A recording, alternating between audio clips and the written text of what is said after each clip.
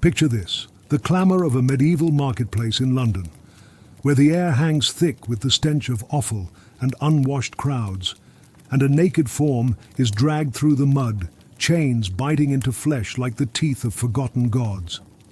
His crown was already a noose of thorns, woven from the very banners he once raised against tyranny.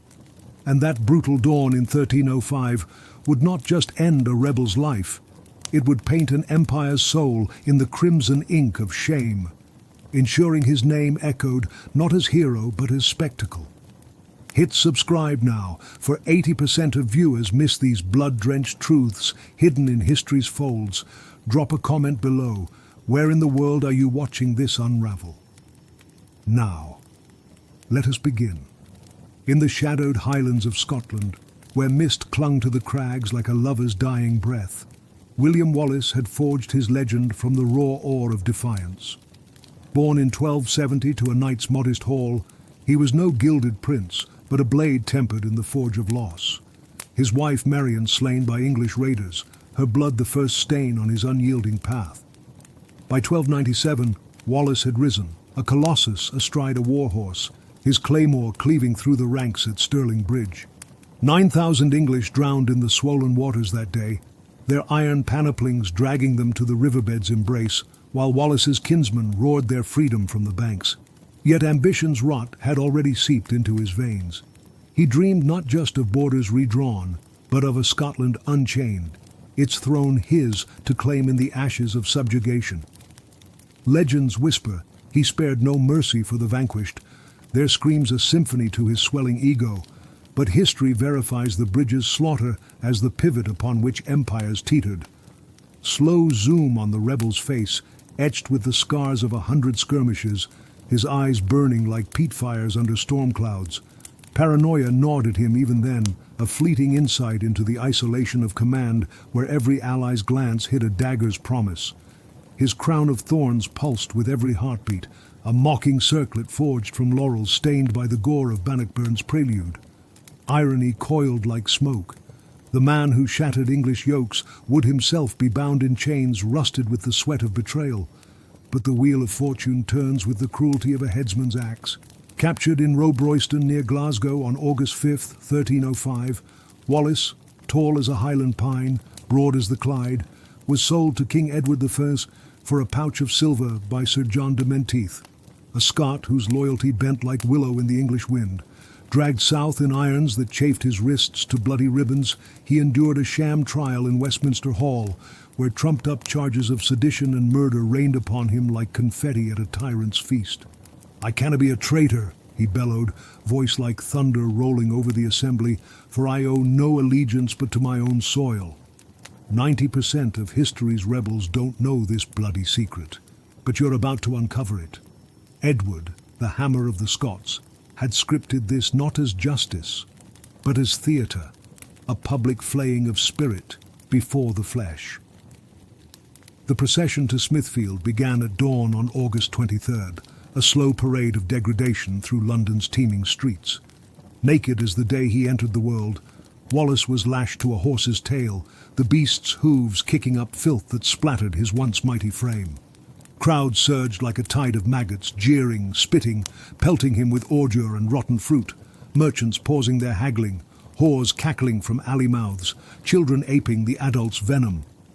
"Traitor's whore," they howled, their voices a chorus of soul-crushing betrayal, for Wallace had been their phantom hope, the giant who felled armies. His delusion of invincibility cracked then, a psychological fracture in the mirror of mob scorn, ambition's crown now a garland of mockery. What happened next defies imagination. At the scaffold, the hangman, a hooded wretch with hands like gnarled roots, looped the noose around Wallace's neck, the rope's fibers rough as betrayal's kiss. He was hoisted skyward, the world inverting in a blur of agony, his body swinging like a pendulum of doom, until near death's merciful blur claimed him. Cut down, gasping, half-strangled, he crumpled to the platform where the butcher awaited. In a frenzy of flesh-tearing screams, the executioner's knife plunged low, severing his manhood in a crimson spray that arced like a profane fountain, balls and shaft tossed to the baying throng as trophies of emasculation. His legacy bled out on the boards. The chroniclers would later scribe a quotable dirge for social shadows, but the cruelty had only just begun.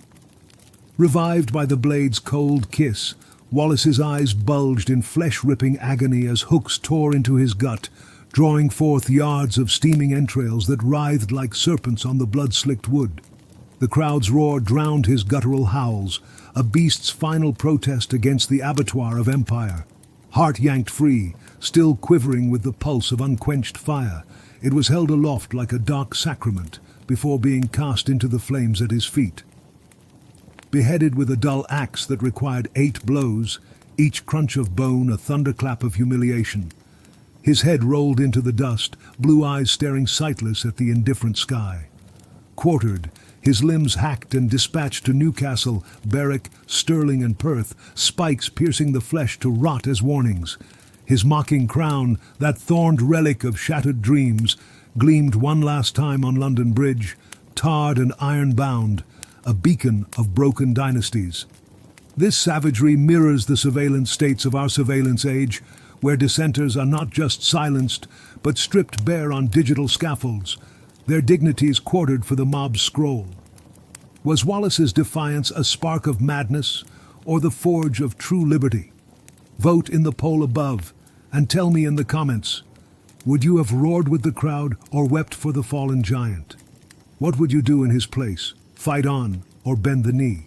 Comment below, and hit that like button if this chills your blood to ice. Dragon Slayer's dismemberment. The flames licked higher, greedy tongues devouring the hem of her threadbare shift as the pyre in Rouen old market crackled with the fury of a betrayed heaven. Her crown of thorns was no longer the halo of divine voices, but a fiery wreath singeing the air with the acrid perfume of heresy. And in that inferno of May 30th, 1431, Joan of Arc's unyielding spirit would ignite not just her flesh, but the pyre of an entire era's illusions, leaving France scarred by the smoke of what might have been. If these crimson tales grip your soul, smash that subscribe. 75% abandon the archives whispers too soon. Share your city's ghosts in the comments, from Paris to Perth. From the mud-churned fields of Domremy, where the moose whispered secrets to the willows, Jeanne d'Arc emerged in 1412 as a peasant girl with eyes like fractured sapphires, her world a tapestry of war-torn threads. The 100 Years' War had bled France dry, English longbows felling knights at Agincourt in 1415, their arrows drinking deep from noble veins. Yet Joan heard voices, Saint Michael, Saint Catherine, their celestial timbre promising coronation for the Dauphin Charles.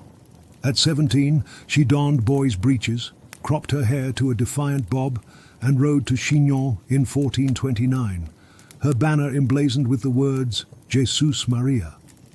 Verified annals record her lifting the siege of Orléans that May, her white standard unfurling amid the rout of 5,000 English, cannon smoke veiling her as if heaven itself conspired.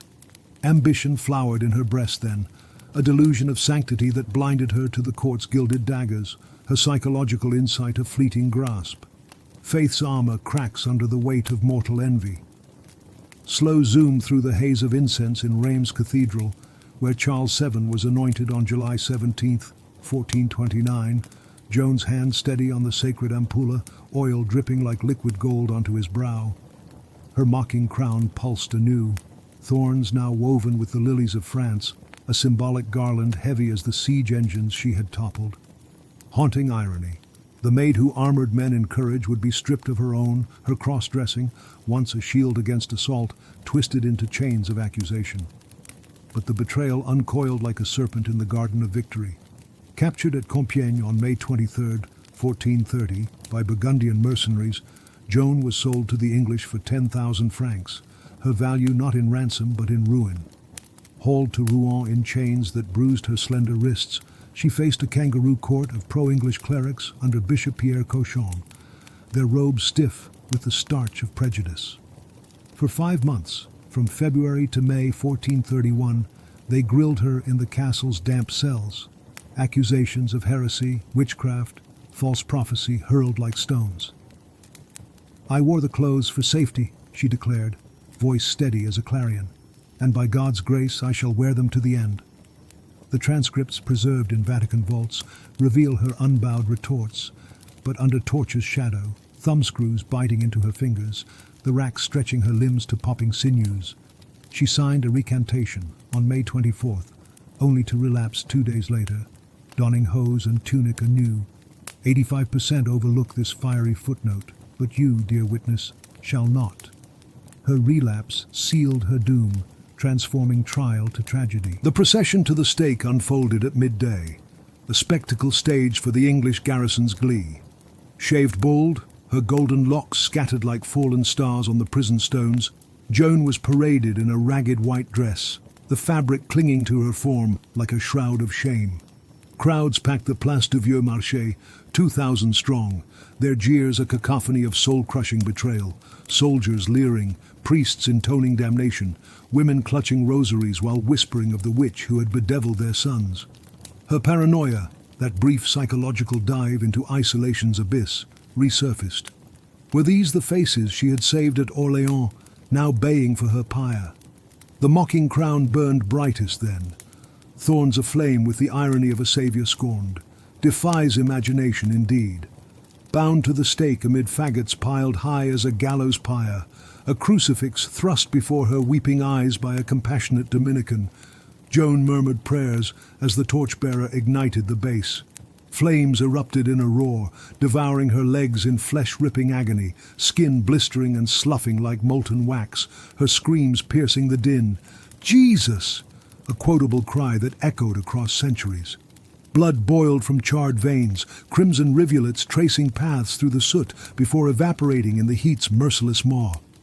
Her heart, legends whisper, refused the fire's claim, pulsing defiantly amid the ashes, until a second holocaust of flames consumed it, ensuring no relic endured. In death, she crowned the innocent with thorns. The scribes mourned, a line sharp as any inquisitor's quill. This conflagration haunts our echo chambers today, where truth-tellers are doxed and digitally burned, their voices drowned in the mob's viral pyre. Was Joan's divine madness a beacon or a blaze of delusion? Cast your vote in the poll, heroine or heretic, and spill your soul below. If voices called you to war, would you answer or silence them in fear? Hit like if her fire still singes your thoughts, and subscribe to stoke the archive's eternal flame. Maid's fiery fall. In the sun-baked plains of Edessa, where the Carré winds carried the dust of ancient defeats, a Roman emperor knelt not in supplication to gods, but as a footstool for his conqueror's boot, his imperial purple soiled with the earth's indifferent grit. His crown of thorns was no diadem of laurels, but a yoke of straw-stuffed skin, flayed and forever mocked. And in the sweltering summer of 260 AD, Valerian's humiliation would not merely topple a throne, it would flay the very myth of Rome's invincibility, leaving an empire's legions to whisper of emperors reduced to rugs.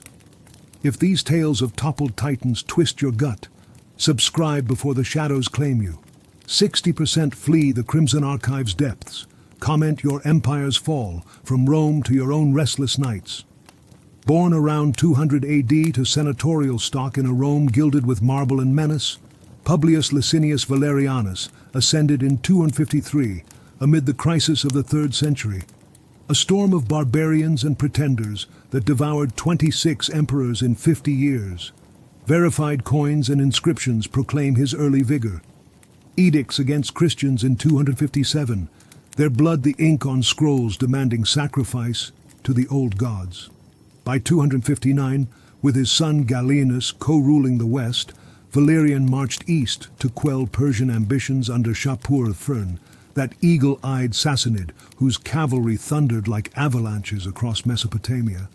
At the Battle of Edessa in June 260, Roman legions, 70,000 strong, clashed in a maelstrom of sarissas and scimitars, but betrayal's rot had festered. Generals like Macrianus plotted in whispers, their ambition a psychological serpent coiling tighter with each Parthian arrow. Valerian's insight flickered then. Power's throne is built on sand, delusion its gilded mortar. Slow zoom across the Euphrates' amber flow, where Valerian's scarlet cloak billowed like a dying flame amid the rout, his mocking crown glinting under the merciless sun, a thorned circlet, echoing the defeats of Crassus before him. Irony hung heavy as the chains soon to bind him. The restorer of Roman discipline would himself be disciplined into oblivion, his edicts forgotten in the dust of defeat. But the gods of war delight in cruelty's crescendo. Surrounded and shattered, Valerian's bodyguards scattered like chaff, leaving him to Shapur's mercy, or lack thereof. Captured alive, the emperor was stripped of toga and torque, paraded through Ctesiphon's bazaars in a cage of wicker and wire, jeered by silk-robed merchants and camel drivers who pelted him with figs and filth. Chronicler Lactantius, in his furious De Mortibus Persecutorum, verifies the degradation. Shapur forced Valerian to grovel, his knee bending the Persian stirrup as mount, imperial lips kissing the dust-crusted boot in soul-crushing betrayal. For years, 5, perhaps 10, he languished in Bishapur's dungeons, a living trophy, compelled to negotiate treaties on bended knee, his counsel twisted into concessions that hemorrhaged Roman gold. "I, who humbled nations, am humbled by a barbarian's whim," he might have murmured, a quotable lament lost to the ages. 70% ignore this imperial infamy, but you pierce the veil. His captivity funded Sassanid splendor, marble halls rising on the backs of legionary slaves. The final act unfolded in whispers of legend, though Roman envoys confirm the horror's husk. In 264 or beyond, Shapur, sated with scorn, commanded the flaying. Bound spread-eagled on a marble slab in the palace courtyard, Valerian's flesh was peeled in deliberate strips by scimitar-wielding slaves, the blade's edge whispering through skin and sinew in a slow crimson symphony. Flesh-ripping agony convulsed him, veins erupting in sprays that painted the tiles like abstract frescoes of defeat. His screams a guttural opera echoing off ziggurats.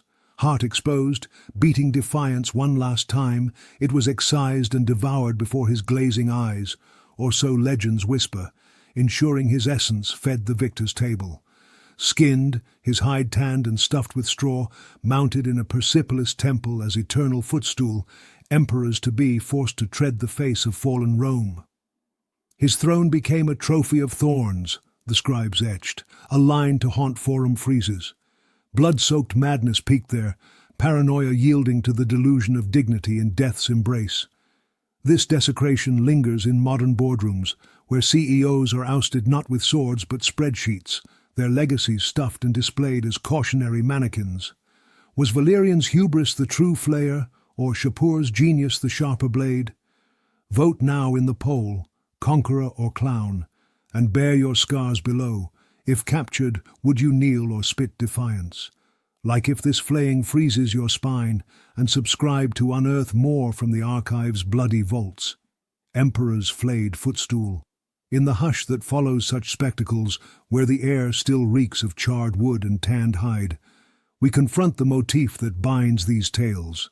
The mocking crown, that thorned illusion of glory, turned to gallows garland, rusting in the rain of forgotten triumphs. William's limbs dangled as warnings, Joan's ashes scattered to the winds, Valerian's skin stretched taut over defeat's frame. Each a bleeding legacy, shaming not just the fallen, but the empires that devoured them. These deaths were not mere ends, but erasures, honor hacked and hung for the crows of history. What price do we pay for power today, when leaders parade their frailties on screens only to be quartered by clicks? Drop your verdict in the comments. Does humiliation forge martyrs, or merely mock them?